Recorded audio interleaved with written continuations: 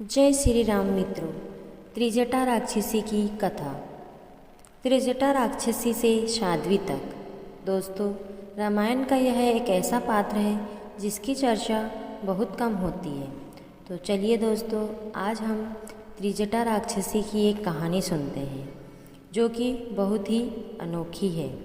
तो अगर आपको पसंद आए तो कमेंट्स बॉक्स में जय श्री राम जरूर लिखें। त्रिजटा को सीता जी ने बड़े प्रेम से माँ कहा था। यह सौभाग्य और किसी को कभी नहीं मिला। सीता जी ने त्रिजटा से न केवल अपनी व्यथा सुनाई बल्कि चिता जलाने के लिए मदद भी मांगी। त्रिजटा ने समझाया और मनाया, ठीक उसी तरह जैसे एक माँ अपनी बेटी को डांटकर प्रेम से समझाती है। ये अवसर भी किसी और को नहीं मिला। श्री राम को अवतार और सीता जी को उनकी शक्ति बनाया गया है। परम शक्ति भी किसी से सहायता मांग बैठे, यह प्रसंग आपको कभी नहीं मिलेगा। ऐसे वर्णन मिलते हैं कि त्रिजटा एक राक्षसी थी, रावण की सेविका थी, लेकिन बाद में उसका एक आदर्श स्वरूप देखने को मिलता है।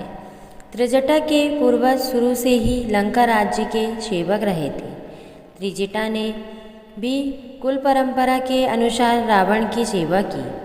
वृद्धावस्था आने पर उसे एक आरामदायक और सम्मानित पद दिया गया। वह अशोक वाटिका में तैनात स्त्री पहरेदारों की प्रमुख बनी। यह वाटिका राजकुल की स्त्रियों के विहार और मनोरंजन के लिए बनी थी। त्रिजटा का ये नाम क्यों पड़ा? दरअसल उसमें 3 विशेषताएं थीं।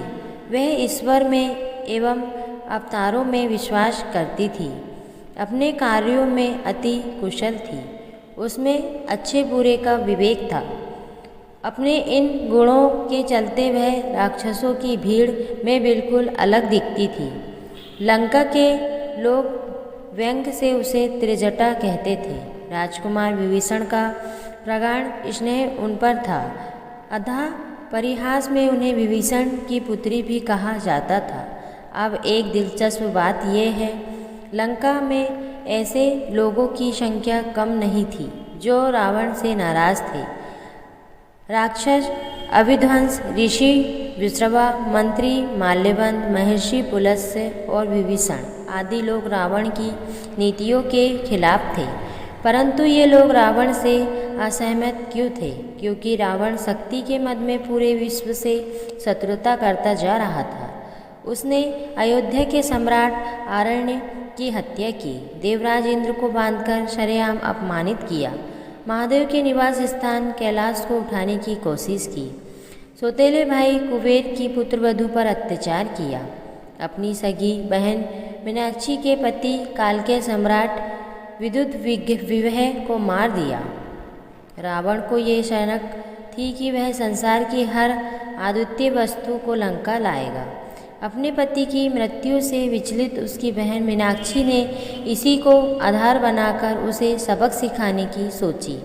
यह एक बात जानते हैं, अपने बहनोई को मारने के बाद रावण ने बहन मीनाक्षी को दंडकारण्य का राज्य दे दिया। वह खर और दूषण की सहायता से राज्य करती थी। हाथ पैरों के नाखून बढ़ते जाने की शनक के चलते उसे आदिवासी लोग शूर्पणखा भी कहते थे। अपने वनवास के दौरान जब श्री राम दंडकारण्य पहुँचे तो शूर्पणखा ने उनसे शत्रुता कर ली। युद्ध हुआ, खरदूषण मारे गए। अब मौका मिल चुका था। वह लंका पहुँची। भरे राज दरबार में रोने धोने और रावण को फटकारने के बाद कहा, सीता सभी गुणों में एक अनन्य स्त्री है। ऐसा लगता है जैसे उसे खुद विधाता ने गढ़ा है। वह करोड़ों नारी रत्नों से भी बढ़कर है। उसे रावण के पास लंका में ही होना चाहिए। रावण की मति मारी गई। सीता जी का हरण हुआ। उन्हें अशोक वाटिका में रखा गया जो अथाहपुर का एक ही हिस्सा थी। अब यहाँ से त्रिजटा की भूमिका शुरू होती है। त्रिजटा ने 3 स्तरों पर अपने कार्य किए। सबसे पहले तो उसने श्री राम की पत्नी और अयोध्या की महारानी जनक नंदिनी सीता को लंका की परिस्थिति समझाई। उन्हें एक विधान के बारे में बताया। दरअसल पुत्रवधू पर अत्याचार के बाद महर्षि पुलस्त्य, विश्रवा और नलकुबेर ने एक श्राप रूपी विधान बनाया था। उसके अनुसार रावण किसी स्त्री की अनुमति लिए बिना उसे नहीं अपना सकता था। त्रिजटा ने सीता जी से कहा कि वह किसी भी तरह से दबाव या डर में ना आए, क्योंकि यह विधान उसकी रक्षा करेगा। उसने अन्य प्रहरियों को भी सीता को परेशान करने से रोका। दूसरे स्तर पर त्रिजटा ने विभीषण, अभिधन्य आदि प्रभावशाली लोगों को उसकी सूचना दी। अभिधन्य उन्हें श्री राम के बारे में समाचार भेजते थे। उन्होंने ही त्रिजटा को श्री राम और सुग्रीव की मित्रता के बारे में बताया। इन समाचारों से वह सीता का मनोबल बनाए रखती थी। तीसरे स्तर पर उन्होंने राजकुल की स्त्रियों को विश्वास में लिया। उन्हें बताया कि सीता जी अयोध्या नरेश राम की पत्नी और मिथिला के सम्राट जनक की पुत्री है। ऐसी स्त्री का हरण विनाशकारी है। लंका की महारानी मंदोदरी ने सीता को छोड़ देने की सलाह अपने पति रावण को दी। मेघनाद की पत्नी सुलोचना ने खुलकर सीता जी का समंत्रण किया। रावण की चतुराई धरी रह गई। उसने बहुत गोपनीय ढंग से सीता हरण किया था, लेकिन सारी लंका जान गई। जल्दी ही हनुमान भी आ पहुँचे।